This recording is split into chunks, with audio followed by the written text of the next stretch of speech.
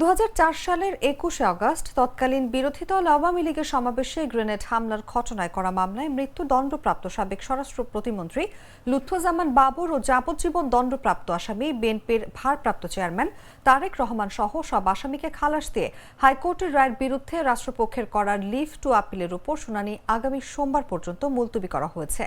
আজ বৃহস্পতিবার প্রধান বিচারপতি সৈয়দ রেফাত আহমেদের নেতৃত্বাধীন 6 বিচারপতির আপিল বেঞ্চ শুনানি মুলতবি করে এই আদেশ দেন। গ্রেনেড হামলা মামলা এটা সবাই জানেন আপনারা যে এটা ওই হাইকোর্ট ডিভিশন থেকে খালাস হয়েছিল।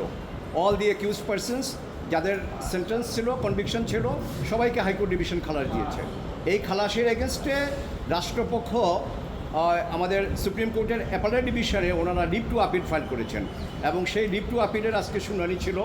তো today's bench was presided by honourable chief justice and other 5 companion জাজেস of the said honourable court.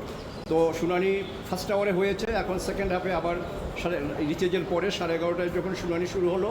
তো এখন দেখা যাচ্ছে যে রাষ্ট্রপক্ষে ওনারা যেই পয়েন্টের উপরে আর্গুমেন্ট প্রেস করতেছেন এই পয়েন্টে ওনাদের লিভের গ্রাউন্ডের ত্রুটি আছে অথবা সঠিকভাবে ওটা গ্রাউন্ড নেওয়া হয়নি।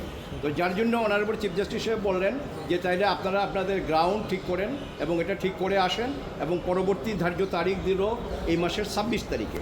এই মাসের 26 তারিখের মধ্যে ওনারা ওই গ্রাউন্ড ওটাকে আরও মডিফাই করে আসুক অথবা নতুন গ্রাউন্ড নিয়ে আসুক, সেটা আবার সাবমিট করার পরে তারপরে নেক্সট 26 তারিখে আবার এইটা।